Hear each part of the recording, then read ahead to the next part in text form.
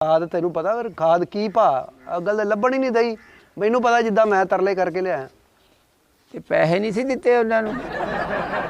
ਪੈਸੇ ਨਹੀਂ, ਪੈਸੇ ਨਾਲ ਵੀ ਚੀਜ਼ ਨਹੀਂ ਲੱਭਣ ਦਈ।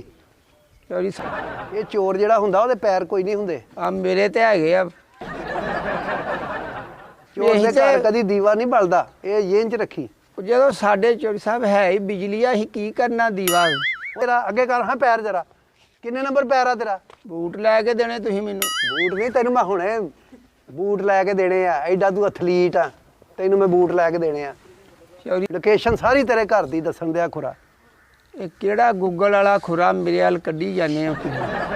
ਇਹ ਅਸੀਂ ਬੈਠੇ ਆ ਘਰ। ਇਹਨੇ ਇਦਾਂ ਨਹੀਂ ਮੰਨਣਾ ਪੁੱਤ। ਉਥੋਂ ਨਾ ਡਾਂਗ ਤੇ ਰੱਸੀ ਲੈ ਗਿਆ। ਅੱਜ ਤੂੰ ਬੋਰੀ ਲੱਗਿਆ, ਕੱਲ ਨੂੰ ਤੂੰ ਟਰੈਕਟਰ ਲੈ ਜਾਏਗਾ, ਅੱਗੋਂ ਤੂੰ ਸਾਡਾ ਮਾਲ ਡੰਗਰ ਵੀ ਲੈ ਜਾਏਗਾ। ਇਦਾਂ ਹੌਲੀ ਹੌਲੀ ਮੈਂ ਤਾਂ ਫਿਰ ਚੌਰੀ ਗਿਆ ਨਾ। ਸਾਹਿਬ ਟਰੈਕਟਰ ਕਿਹੜਾ ਬੋਰੇ 'ਚ ਪੈ ਜਾਂਦਾ ਵਾ, ਮੈਂ ਕਿੱਦਾਂ ਲੈ ਜਾਣੀ? ਇਦਾਂ ਮਹੀਨਾ ਮੈਂ ਤਾਂ